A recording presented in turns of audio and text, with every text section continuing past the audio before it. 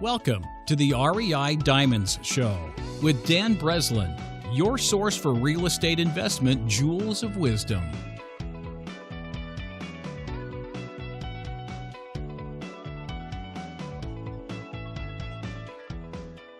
Welcome to the REI Diamond Show with Austin Stack on closing 40 deals in his first 10 months. I'm Dan Breslin, host of the REI Diamond Show. Today, I'm interviewing a close friend and member of my own team here at Diamond Equity, Austin Stack. Austin and I began working together over the summer in the Atlanta market, and he definitely hit the ground running. Atlanta is a hot emerging market, and Austin is a rock-solid operator, always getting the job done. Austin and I also co-created the VIP Wholesaler Mastermind, an invitation-only wholesalers mastermind to help jumpstart wholesalers' careers and help them take their business to the next level. This is not something you can buy your way into because there is no cost. However, the only way you can join is if one of the Diamond Equity Investments team members invites you to join. The reason we created the VIP Wholesaler Mastermind is because we are always looking to buy deals we can fix and flip in each of the markets where we operate. Members agree to give us the first look to see if we are interested in buying the deals that they dig up. Now, as you listen to this episode, take note of Austin's attitude towards success and building relationships. This is one of the major reasons that he has been able to succeed at such a fast pace in the real estate business. So let's get rocking and rolling, shall we? Welcome to the show, Austin. It's good to have you here. Thanks, Dan. Glad to be here. So for the people who are listening and don't know who Austin Stack is, can you give us a brief history of, how you ended up in the real estate business and, what your activity and business looks like today now that you've kind of been working with me here at Diamond Equity? Starting out since about 17 years old, I've always been in sales in one form or the other. I was working with a company called Cutco Cutlery. A lot of your listeners might know about it. And I was the in-home person doing my standard seeing Mr. and Mrs. Jones, presenting the knives to them and selling them in there. I did that for about 6 years, eventually moved up into working on the fair and show team, which is you're sitting at a booth, let's say like the Illinois State Fair, and you're actually slinging blades out of the booth. It's extremely fast-paced. In an hour, you might be talking to 6 different people, so you have to get extremely great at qualifying people up front and then converting them very quickly. In-home, you have about 2 hours because it's very difficult for that person to get up and just leave you in their house and kind of walk out. It doesn't work too well, so you can keep them there. You can, get multiple no's from them. You can, trial close them a lot, and you have a lot more leeway. At the booth, if they don't like what you have to say and within the first, couple seconds you don't grab their attention, there's probably 100 to 500 other booths that they can go and walk around. And it's very easy for them to walk away. When you're on one side of the table, they're on the other. So I got very good at building instant rapport, qualifying people within the first minute of them coming up to the table, and then closing them in maximum about a 30-minute time. And I was, for my campaign, number 2 in the region, number 8 in the entire company. And that was against reps who were working at the booth on the weekends and then also working during the weekdays doing the in-home appointments, which a lot of times your average order is a lot higher. So I accomplished those rankings with only working on the weekends. I did no appointments that year. I did no appointments during the weekdays. I didn't do any service calls or go in-home to see anybody. So I was doing that for 6 years, really loved it, got offered multiple jobs where I was guaranteed, 6 figures. You can make $100K doing this. It was selling advertising. It was selling equipment for shops, like big, huge machinery equipment. And it's just nothing that really appealed to me. I never really loved money. Like I like money because it gives me freedom and it's a resource for me to do whatever I want to. But it's not the main driving factor for me. Freedom is. And if I don't believe in what I'm doing 100%, I'm not going to be passionate about it and I'm not going to be successful with it. So I just stayed with Cutco.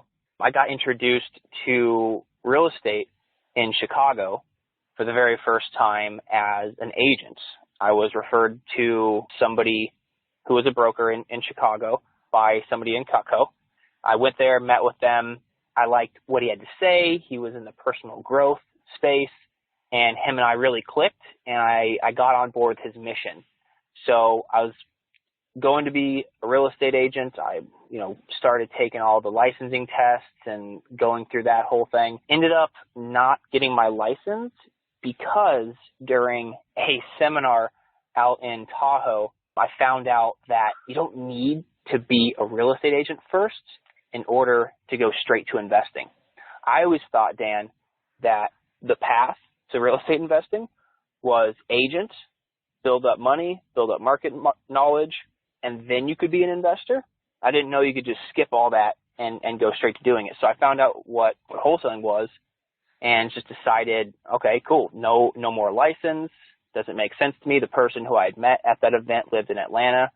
So I flew down from Chicago, where I was living at the time, flew down to Atlanta, met with him and his staff for about 2 days. And I flew back, and literally 4 days later, I packed up my car full of everything that I could fit in there.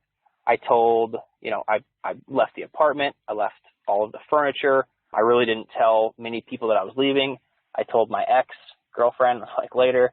I drove down 4 days later, never to look back. I didn't know where I was living. I had no idea. I just drove down with a car full of all my stuff, knowing that I was going to figure it out one way or the other. So I get down there, and I'm hustling, doing my thing with the person I met at the event. It didn't work out, our partnership, for one reason or another. We're still good friends and all that, but I started doing my own thing. We had still been in contact, right? I'd talked to you a couple of times. I still had people who I was talking to with the wholesale piece in Chicago, and I just referred over a couple investors who were still calling me, actively looking for properties. I had about 53 that I was working with over there. I just kept on trying to add value to you, not because I wanted anything, but really just because I didn't have the resources up there to satisfy these people. So if I can refer it over to somebody who's in my network, why not give them that opportunity, even if it doesn't affect my pocket directly? I just want my circle to be abundant. So eventually it came to the point where I was like, hey, you know what? You and I had talked a couple times, Dan, and I was like, you know what? I'm just going to send you over my entire buyer's list. There's about 53 people on there. Here you go. I didn't ask you for anything. I was honestly and authentically just figuring you could put them to use and, provide for them better than I could. So I sent it over, and the next thing you say is okay, this is awesome. When's the next time you're going to be in Chicago? It's well, I'm actually coming back there next week. And so I flew out there to meet with you. We had lunch, and then you mentioned to me that, looking for a partner in Atlanta. So we ended up, partnering in Atlanta. And I think in my first 7 or 8 months here in Atlanta, I did just shy of 35 deals. Wholesale deals, been involved in the transaction of those wholesale deals. And I believe now I'm pretty much well over 40 now that I've been here for the 9-10 months that I've been here thus far. But that's kind of how it all came to be. Partnering with you was the best decision that I've made, probably top 3 best decisions that I've ever made. So how much, just to give a quick, brief, one-word answer, how much have you made since we started getting together? Gross assignments. We'll say the whole thing before you and me split, and we split with a couple other people maybe. What would be the total gross? Total gross? Be above $120,000. So $120,000 in, 5 months or so, right? Yeah, but that also doesn't take into account the time that it takes for leads to start turning over. Real estate has a 2 to 3 month, the stuff you did 2 or 3 months ago is going to be paying you today, right? And 1 month, could account for a very large part of that. Yeah, and, the point that I'm going at is really actually that's like dynamite, right? 120 grand. I know there's people listening saying, oh, my God, that's like outrageous money. This is something else here. Wow. And I just wanted to kind of make a point that was a result of your mentality, your diligence, and building the skills and kind of adding value to me before that ever came to the table. Because I get a lot of people that would, reach out and are trying to put some things together, and you just got to have that right attitude. You can't stand in front of an empty fireplace and ask for heat. Like, it's cold outside, give me some heat, warm me up first, and then I'll head outside and I'll go get the wood, and then we can have the fire. You actually have to go out, get the wood, and put it into the fire first before you kind of get the result or the benefit of your actions. And I think that was like a real stellar thing for anybody listening. I know a lot of people already understand this, add value, be a promoter, help everybody else out around you. It comes back in ways that you would have no expectation of. There's no way that, if you had said to me, Austin, if you'd have been like, hey, I have these 53 buyers, and if you send them over and if you had closed something from them, can you give me XYZ dollar amount? It would have just been like it tarnished. And for me, that would have just been a complete headache. Like, how in the hell am I going to track 53 buyers? And then, I got like 15,000 in Chicago, I think right now, or 16,000, including the Ring Meetup group. How the hell am I going to track 53 that came out of, it's like a small needle in a haystack to try to like pay attention to that. But you didn't go that route. You didn't try to like negotiate up front, every last little penny and benefit that would come from that list. Instead, you just paid it forward, and then it returned 120 grand worth of assignments whacked up in a period of like 5 or 6 months.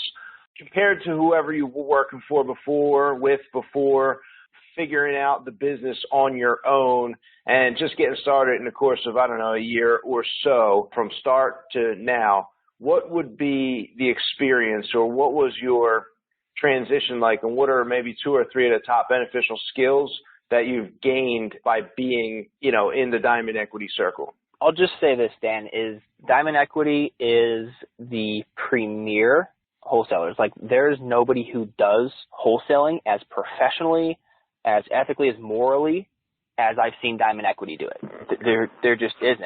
Like, the elite of the elite work with Diamond Equity, in my, humble opinion. And the experience, it's like air. During doing this myself and trying to like struggle and figure out how to keep my head above water and just feeling like I'm getting nowhere and nowhere and nowhere, because I don't know what I don't know. And with Diamond Equity, there is a huge personal growth element, and there is a huge learning aspect that I need when I'm going to be successful. I feed off of other people who have already done what I'm looking to do, and that who I can model.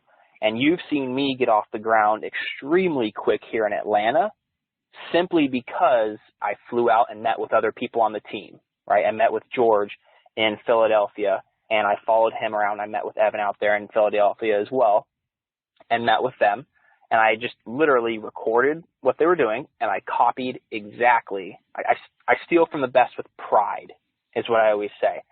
And if I'm able to model somebody like that, I'm absolutely unstoppable. But compared to where I was at before, it was really just, here's a book of leads and, good luck. We don't provide training. We'll have meetings, but nobody was an absolute killer. Nobody was going out there and just batting, 100. It just wasn't, it was non-existent. So to have the resources that the 10 years in business that you have accumulated at my disposal, and to be able to utilize and to learn from you and talk with you, and just everyday minutia that you present to me, the value is overwhelming. Nice. Well said. And a big part of that is like, we have obviously our mastermind calls that, occasionally we invite people to, and we've gotten a ton of value out of that. I mean, what's your experience with, the inside track mastermind calls, Austin? Yeah, I love it so much. At first, I kind of just kicked back and was listening to everybody because I was real new in the business, and everything was kind of brand new to me. So I'm taking a bunch of notes. I'm learning who's who. And now it's like a family on those calls, right, Dan? It's, I look forward to them every time we get on there. And I've noticed that whenever there is something that I'm dealing with, that I'm whether I realize it or not, something is hindering me from taking the next progression in, the step of business, it's brought up on the calls, and it's addressed, whether I bring it up or whether somebody else is bringing it up. Let's say, for example, this time of year, everyone's doing the holiday thing. the lead flow is starting to slow down a little bit, and I'm thinking to myself, okay, I need to start making more calls. I need to start reaching out to more people instead of just waiting for the leads to come in to my pile and then, do the follow-up call to them. I need to follow up with people who I've followed up with 3, 4, 5, 6, 7 times and reach back out to them.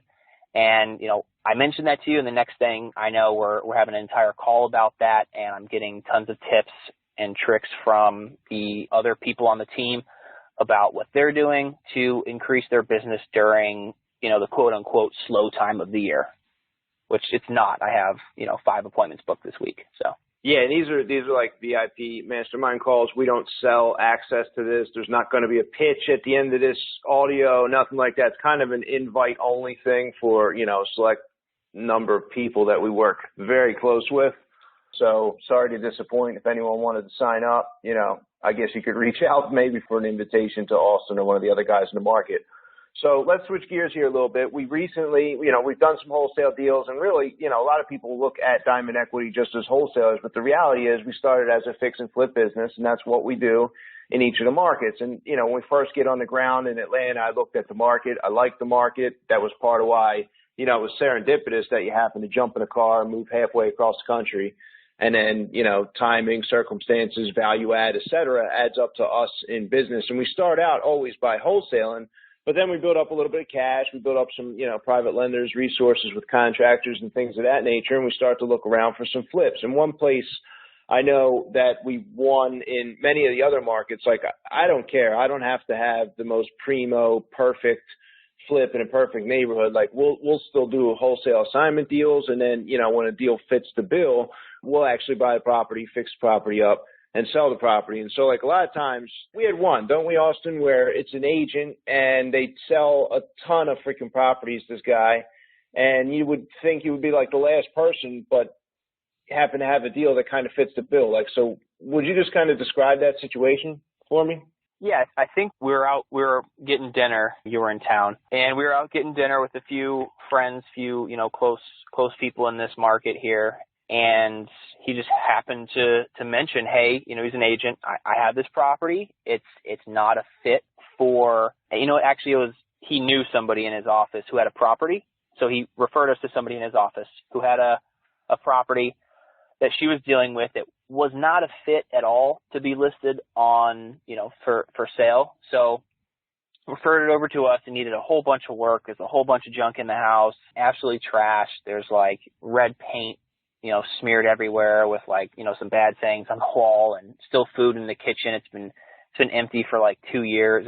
It's pretty gross in there, but nothing that we haven't seen before.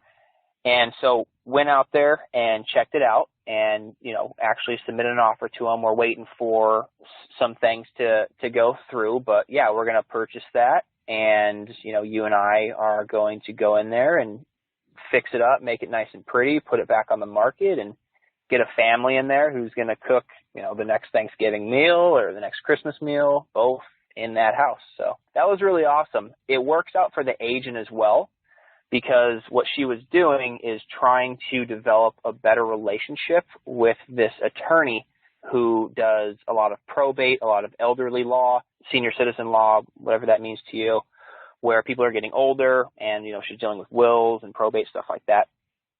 And she's trying to develop a closer relationship with this attorney, and she couldn't help her out. So what she did is referred over to us because we're an investment company, and, we're making her look really good. I'm in great talks with the attorney. She's super pumped. She's excited to help the family who's going through this.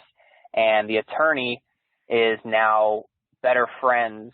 And I've seen this and heard this from the real estate agent with the real estate agent, because she was resourceful and connected her with somebody who could help her clients with this situation. It's a good point, and that's why I wanted to make it. It was like kind of something that just popped up. It wasn't something I went out and, consciously asked for.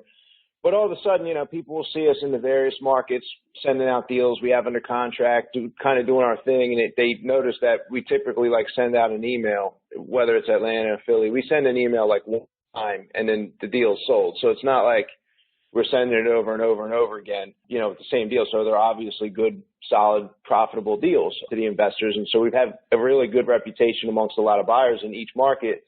And a lot of times real estate agents are people that we're networking with. If I tell them, like a lot of people who are flipping houses, Austin, we're looking for the cherries. We want something that'll sell for like $300,000 plus in a neighborhood where there are no rental properties. And we want to buy it for $165,000 and put $65,000 or so in the property. That's the main chunk of the fix and flip market, is people looking for that deal that I just described. And so, I don't expect, and I never have had an agent bring me a deal that I could profitably close in that price point. A lot of times the market's too hot, there's competition, some homeowner will buy it, fix it, do the work over the next couple of years while they're living there. It's just hard for us to connect because maybe they can sell that for $185 to someone who's going to live there. I only want to pay $165, so there's a little disconnect. But on the lower priced end of the market, like this one, we have agents, Southside Chicago, they just have some building, they just don't want to be bothered, like take phone calls and do the showings. They'd rather just say, here, if you guys want to make an offer, great. We make an offer, we buy the property. If not, if it's something that works for a wholesale, I'll let the agent know that up front if they're bringing me a deal. Look, if this is just not going to work for me for this reason or that reason, so I'm not going to buy it. But if you want, I can put it under contract and send it out to the list. So, we have agents all the time, and it's typically like properties that are under $100,000 where I'm starting to see this happen. I guess it's just not enough commission for the agent to want to take the phone calls and things of that nature in those neighborhoods. So we get this deal somewhere in the 20,000s, I think, if I'm not mistaken, right? Yeah, it's a better fit for the homes that are, like you said, definitely under, more often than not under 100,000, unless it's a very specific situation. So yeah, I completely agree with that. The commissions aren't that exciting on that part either for agents and stuff. So yeah, good point. So recently you've kind of helped out a couple other people in your marketplace too, Austin. Do you have an example you'd like to share about how you are now, just a year in the business, turning around and kind of like stepping in and doing a little bit of, deal consulting or buying or co-wholesaling, if you will? Yeah, that's something that I'm just super passionate about. I'm not passionate about it with just anybody. It has to be people who are actually trying to help themselves, because one of my rules is I will not help anyone who is not trying to help themselves. It's just a waste of time. It's a waste of your resources. And it's a big frustration to you, right? So I'm partnering with select people in the Atlanta market, and I see something in them that they're just out there hustling, like in the best way possible, like in the honest way. They're just out there grinding it out. Every single day, they're doing whatever it takes. They're coming home from their 9 to 5. They're getting off their 9 to 5, and they're going straight into, putting out bandit signs, or they're on Craigslist cold calling people, or they're putting together mail campaigns. Or some people are doing it full time as well. And those people, what I'll do is I'll meet with them, grab some coffee, grab lunch, which is something I love to do. I love to do the face-to-face interaction. I have a couple that I'm actually going to be meeting with tomorrow, Mitchell and Rachel, who are just doing their wholesale. They're starting their wholesale business, and I'm going to go talk to them and, see how I can add value to them tomorrow. So it's something I really enjoy doing. The example that comes to mind of what you're asking for is it's a few deals, right? So there's one example of a guy, Jorge, who is in the Atlanta market. He put some feelers out there on Craigslist, called a few people, and got somebody who was a for sale by owner who was interested in selling. And he reached out to him a couple times. They were working with evicting some tenants, so it took a few months of follow-up. And once it came time for the tenants to be out and the house was kind of cleaned out, he gave me a call. I met him actually online, Bigger Pockets, and then also met Jorge at a real estate meetup. Added value to him there. No intention other than just, adding value, just helping. But he called me on this deal and said, hey, Austin, I have this property. I think it's some potential. I don't 100% comprehend the process of going through step by step, getting this, all wrapped up in an investment deal. So would you come along with me on this appointment and kind of, negotiate this for me and make sure all my T's are crossed and I's are dotted? I said, yes, of course. He scheduled the appointment. I met him down there. I don't know if you want me to talk about numbers, Dan, but, went in there and spoke with the seller. He was, cleaning out this house. As an absolute wreck. House needed a good amount of work. It was in, pretty bad condition. There was cockroaches everywhere. It was pretty nasty in there. But went over there and I actually offered him at first about half of what he was asking for. And Jorge kind of looks at me like, what did you just say? Right? He was like, wow. I was like, that was a little bit less than I was expecting you to offer. And it's like, well, it's justifiable because of this, this, and that. We go back and forth with the seller, and we end up getting it for just above like 50%, maybe like 55% of what he wanted up front, maybe 56, if you want to be technical, of what he wanted up front. And we signed the deal up, and Jorge got to see how I work, how you and I work in those interactions. And then also on the back end, one thing that was great for him is with the resources that he's accumulated thus far as partners who, would partner with him on the deals. He doesn't have as extensive of a network because he's just starting. So what we were able to do is, turn around, properly market the deal and get absolute top dollar for this property and do it in a couple of days. I think we had the offer in a couple of days and went ahead and accepted it and closed it out. And Jorge got by far the biggest paycheck that he's ever gotten in his life. And, he's actually on kind of the team now. He's on our partnership mastermind calls, not the ones that we were talking about earlier, but he's on the market specific, the property locator specific ones, not the internal Diamond Equity team.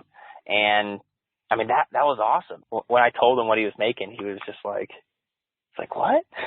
He's like, really? You think that's going to happen? I was like, yeah, definitely going to happen. He calls me with pretty much every deal now. He just talked to me about one last night. It may or may not work. I kind of gave him a few tidbits on, this is what you want to say to kind of gauge them. And if they react correctly, then, take the next step forward. If not, no big deal. Maybe follow up with them in a couple of months.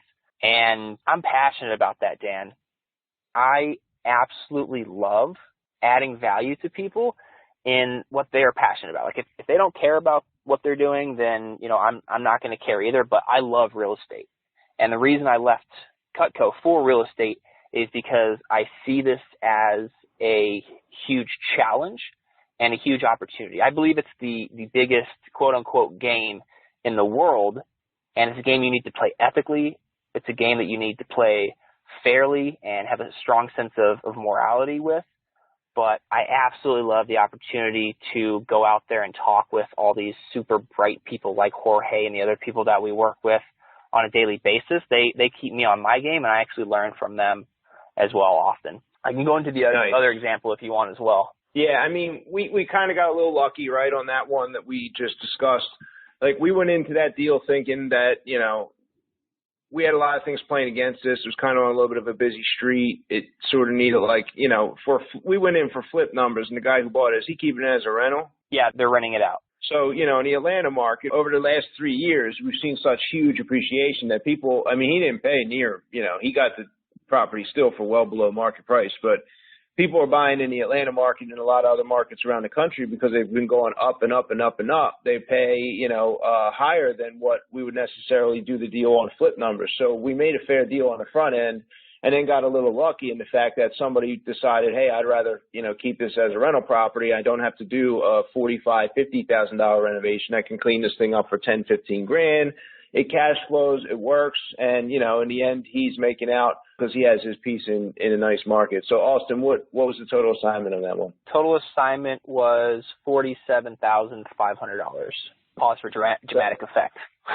Yeah, that was obviously a real good one for everybody involved. What about the other one? You got another one cooking, I think, right? Yeah, so just closed? There's I'm out front of the closing office right now. I forgot where I was. The one that I just closed out a couple minutes ago was one that I, again, met a gentleman named Asaf at a real estate meetup group, and we happened to sit next to each other. It was a newbie wholesaler mastermind, and we just hit it off. Like every time he would come in town, because he lives in Cali, we would, make sure that we get lunch or at least go grab coffee. So we met a couple of times, and I just stayed in contact with him. I hooked him up with, an agent in the market who he ended up closing on a flip with. I hooked him up with some other key people who he's using on his staff. And again, like I had no intention with what I was doing with him. I mean, it sounds bad, really. Like, I don't know. I just don't have an agenda. And that comes through.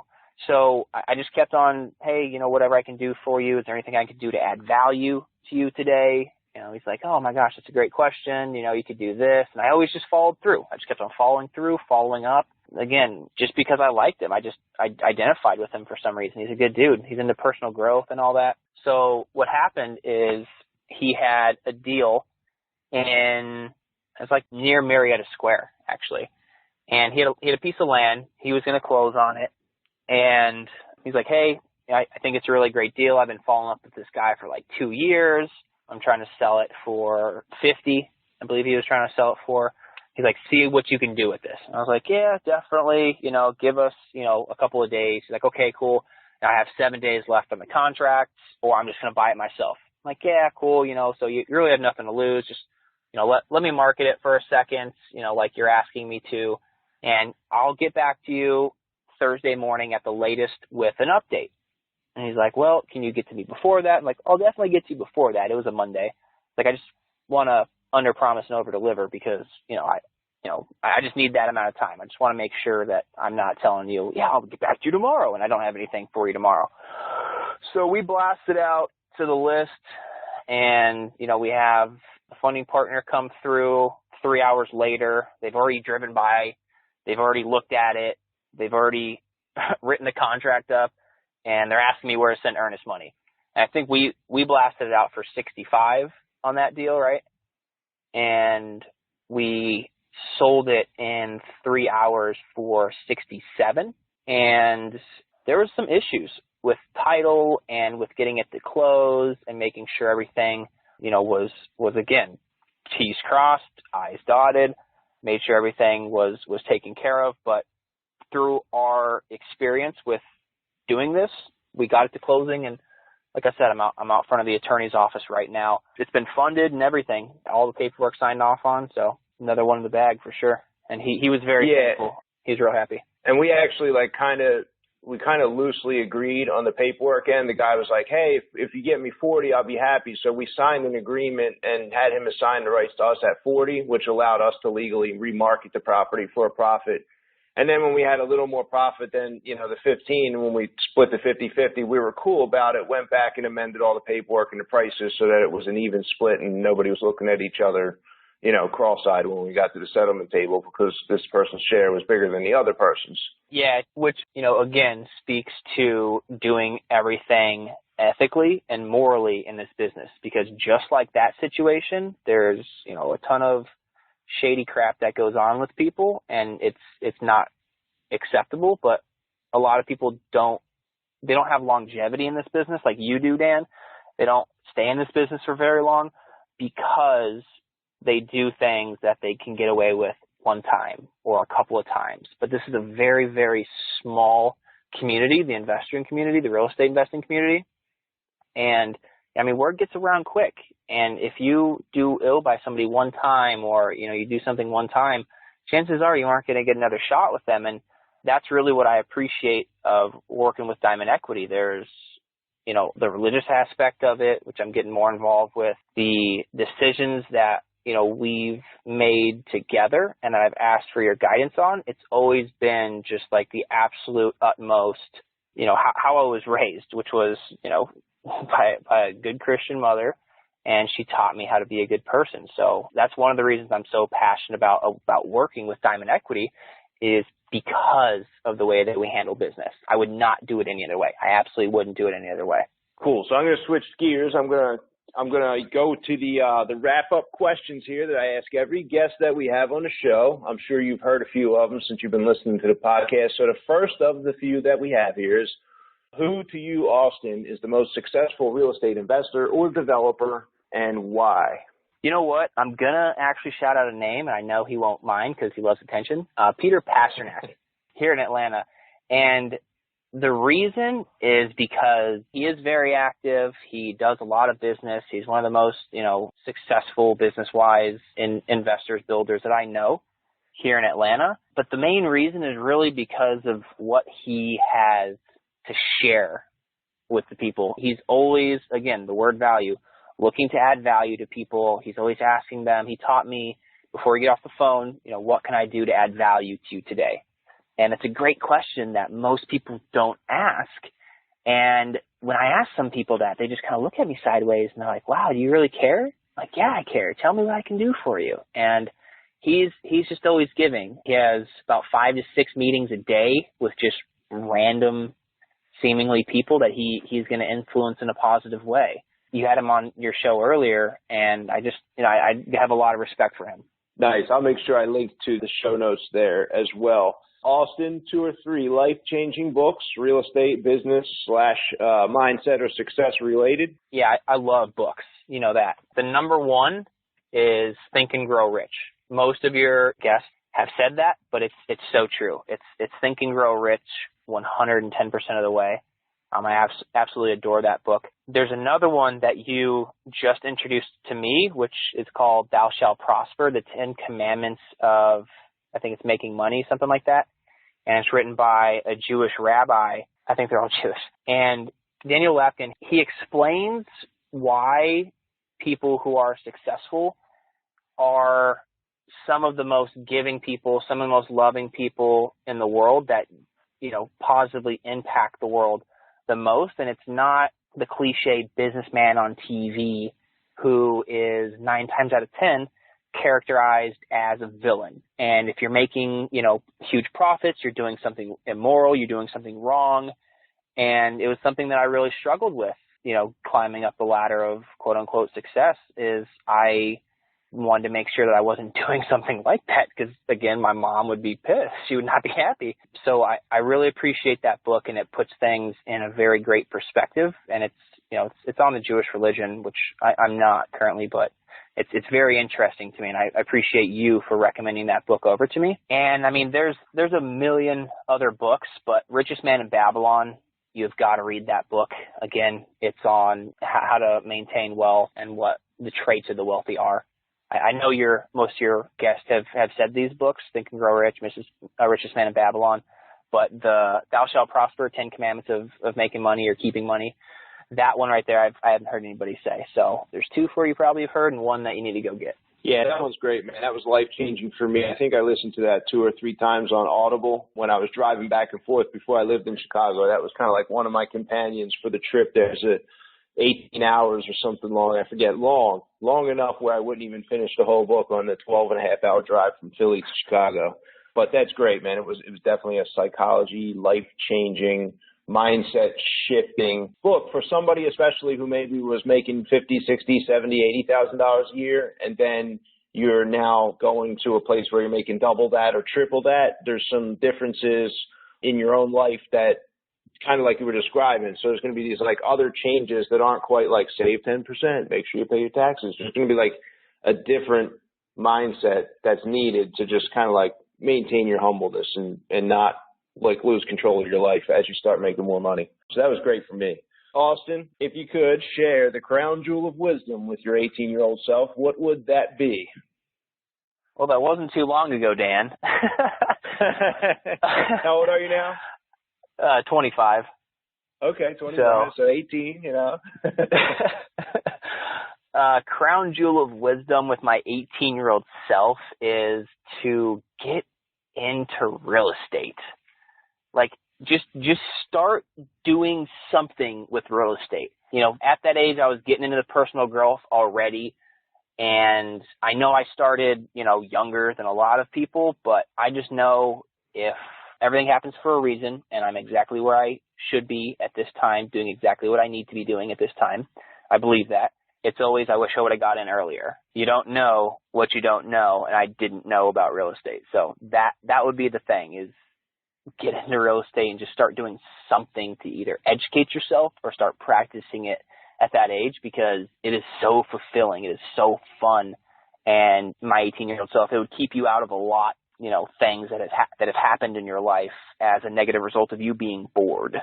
You're looking for something to entertain yourself with. So that's the crown jewel of wisdom is to get into real estate and start learning about it immediately. So, Austin, if there's somebody listening who should be reaching out to you, can you describe who that would be and then also share your best method for them to reach out and contact you?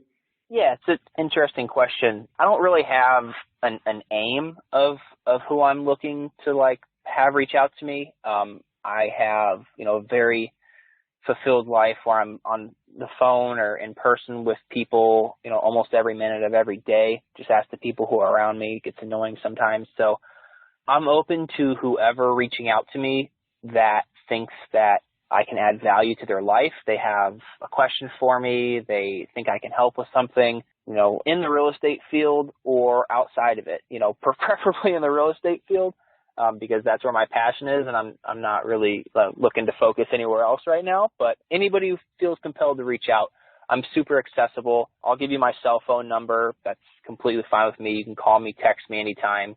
The number is 678-842-3330. Feel free to call 7 days a week. I'm on, Monday through Sunday. It doesn't matter to me. I'm always doing real estate because it's my passion.